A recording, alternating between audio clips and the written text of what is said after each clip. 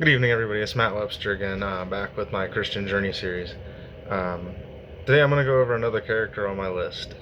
This character is another one from Lord of the Rings. Uh, Much like Aragorn, this character holds a very special place in my heart. And the craziest thing about this character, he's another one of like the ones that starts the cycle of 1 through 7. Um, and I've noticed a lot of things with the ones is that Jesus is very directly involved with these ones. And this character doesn't have an I am statement like all the others do, but he does have something much more significant. And when I get into the explanations of it, I think people will start to see. I'm not going to go into the Bible directly to read some of what I'm going to give you because it's things that I've kind of committed to memory for the most part. There's small details about Jesus himself that are very important and things that people I think will understand once I get going into it. So, the character today I want to talk about is Samwise Gamgee.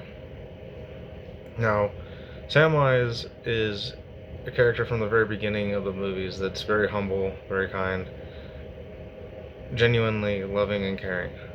He's actually Frodo's gardener, if you ever pay attention to it. He's almost a servant to Frodo, um, which has a thing with Jesus because Jesus lived to serve those around him. Jesus was both the king and the servant. He served the people to glorify the kingdom.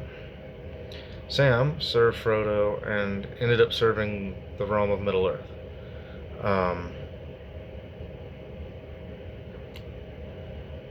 Through their journey, Sam was very steadfast and loyal to Frodo. So much so that he stayed on path with Frodo, kept him on track, even taking up the burden of the ring at one point to end evil. Kind of put him in the firing zone, like Jesus did where he put himself on the cross. It was really interesting too, because there's two other characters in the books that are kind of allegories towards Jesus, and Tolkien himself said that was kind of an accident. Um, One of them was Aragorn, and the other was Gandalf. Gandalf died and was resurrected, much like how Jesus came back in 3 days. Having said that, I honestly think this character, after a lot of thought and like a lot of what I'm pretty sure came from the man upstairs himself, Sam is a much better interpretation of Jesus. Sam didn't desire great power, he didn't desire great things. He honestly desired a humble living, a thing with friends, simple enjoyments such as spices and stuff on meat with life. He really was just that caring character.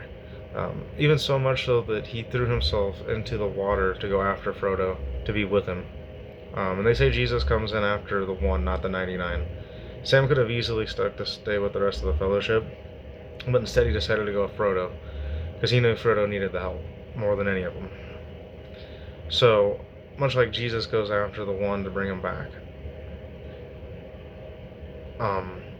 Some of the other things that you can go with this character as the journey goes on. Sam being a gardener is actually very interesting, because Jesus himself is called the vine dresser, and he is the keeper of the Garden of Eden, if you really understand it really well. Again, I'm not going to go into specific scriptures to point this stuff out. It's stuff I would recommend researching for yourself, especially if you're wanting to get acquainted and know Jesus more. It's really interesting. Tolkien himself, when making this character, he talks about like Frodo throwing it into the Ring of Fire being a hero, Aragorn being the hero that gave Frodo the opportunity. But there's a really good line. I'm not entirely sure. I can't remember reading in the books, but I know it's said in the movie where Sam had said this thing where it was like, I can't carry it for you, but I can carry you. And there's even a really famous poem about footprints in the sand that my mom had brought up. And funny enough, my dad had even brought it up at one point, where at one point there's 2 sets of footprints, and then there's only one. And when asked why, Jesus explains it's because I was carrying you. So, in this way, Sam is acting a lot like Jesus. He can't bear the burden of the ring for Frodo. And even having had the ring for a short while, Sam was uncorrupted by it. Jesus is uncorrupted by evil, like when he went to get the keys to heaven from the devil once he went down into hell. Because he went down into hell to get the keys to free us all from sin, to give us authority back over our lives. Um, Again, Sam picking up Frodo and taking him and carrying him through the journey and being by his side every step of the way and helping Frodo fight the corruption of the ring, which would be the sin of man in our case, is a lot of what Sam did. Like, Sam was just all around humble and kind, and he even went to battle to get Frodo free.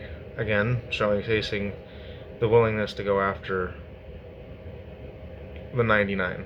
Now, this is something that's not really directly pointed out in the movies. You'd have to look up the information. There's a creature called Shelob, who's an offspring of a creature called Ungoliant. I hope I pronounced that right. Basically, it's a giant spider creature. Ungoliant is a cosmic-sized spider creature that also drinks darkness and is believed to be born from the darkness. Who works alongside another character called Morgoth, who is the Dark Lord of Dark Lords. He's basically Tolkien's representation of Satan.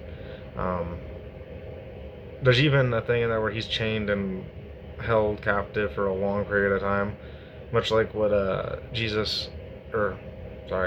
the Book of Revelations mentions about what's going to happen to Satan at the end of times. Now, having said all that, going back to Sam's just got this loving nature. His greatest desire is to live a humble life. He doesn't want to be some great hero. He doesn't want to be this huge big deal. He just wants to live life, which is kind of shown back when they get to the Shire after the events of the Ring and the ring being destroyed. He finally gets the nerve to ask this lady to marry him that he's long since liked. And whilst Jesus didn't marry anybody, the point I'm getting here is that it was that humble lifestyle that he chose. He just chose to be himself. He didn't choose to be better than anyone else. He didn't choose to make it known that he thought he was better or anything, even though he was the real hero of the story. Because if it wasn't for Sam, the ring would not have been destroyed. Now, having said that, it kind of goes back to the thing, a lot of Christians really know this. Jesus was God and man. Jesus was God in human flesh. He literally was God. And yet, there were many men that desired to be God. Even though he was God, he desired to be human. I find that interesting when you look at the comparison with Sam. Sam was someone who didn't desire great things and great power. There's even a really, really great quote that I've posted on my Instagram account a couple times that's said by Gandalf in the Hobbit movie, where he goes and says, Galadriel will ask him why the Hobbit, and he's talking about Bilbo, and this also can relate to Sam. And he says, well, Sauron believes that great power can destroy evil, but I don't believe that. I believe it's the small, everyday deeds of normal folk, kindness and love, that destroy evil. And I think as people, especially over time, and even within churches and stuff, they've forgotten that those small, everyday deeds that seem insignificant to most people are the most significant. For me personally, what I learned about myself through this character was this. I have had moments of incredible anger outburst where I lashed out at people, and part of that was is I wanted to protect and honor those that I loved. And I will say this now so that people understand this. I'm not someone that backs down from a fight unless there's a good reason to. And this isn't to sound arrogant, but I don't see a point on beating someone that I know is significantly weaker than myself. And it's not a matter of knowing that I can win the fight, it's a matter of knowing that there's a better way to handle situations. Having said that, I'm also not someone to shy away from the fight if the fight is necessary. Because some people you don't reach with words, unfortunately. And some people, including myself, have had to learn the hard way in certain situations. I'm not saying to go fight anybody, obviously, with this video. I'm not trying to incite someone to go beat on somebody. I think there are honestly better options. But I think it's through those small acts of kindness and humility that we are going to make a difference in this world. I think we all need to be more like Sam. And having said that, that means to be more like Jesus. I'd actually had a prayer right before I started even going to church where I had asked God, I was like, I want to be more like Jesus. What do I do to do that? And a lot of it was not answered right away, because there was a lot of things I had to take time and self-reflect on. And I feel like God was giving it to me slowly, and a lot of it even came with needing to apologize to friends, to which, not necessarily getting steadfast or overzealous, but I have a bad habit of becoming a crusader when I feel like, something needs to be said. And a lot of it was learning humility to step back, apologize, and even realize that maybe the best approach to it was what I was doing naturally, which is just be people's friends. Be supportive. Be there when they need you. Be there to let them lean on you when they don't have that kind of strength. And the thing that's crazy to me is a lot of my friends think they're weak and that they don't have the capacity, and a lot of times I even see it comparing themselves to myself, because people think that I'm like this way up here guy, and the truth of it is that the only reason why I'm as strong as I am, one, I put Jesus in my life. I let Jesus do the work that he needs to do. I let him carry me when I need to be carried. I even got asked one time, to kind of go along with what I'm saying right this second, somebody had asked me, someone who's very near and dear to me, you're always carrying everybody else and rescuing everybody else. Who rescues you? And at the time, this statement still holds true, and that's the people that are around me rescue me. But it's because Jesus placed them in my life that they're able to. And I think the greatest act of humility is understanding that the people that you surround yourself with rescue you every day. And if you don't have those good people in your life, or you start pushing them away, that's when you kind of fall into the devil's pit traps. Because even without realizing it, some of these people don't need to be Christian at the moment or whatever else. They just need you to be there and supportive, and you need to be able to let them lean on you, but you need to be able to lean on them as much as they lean on you.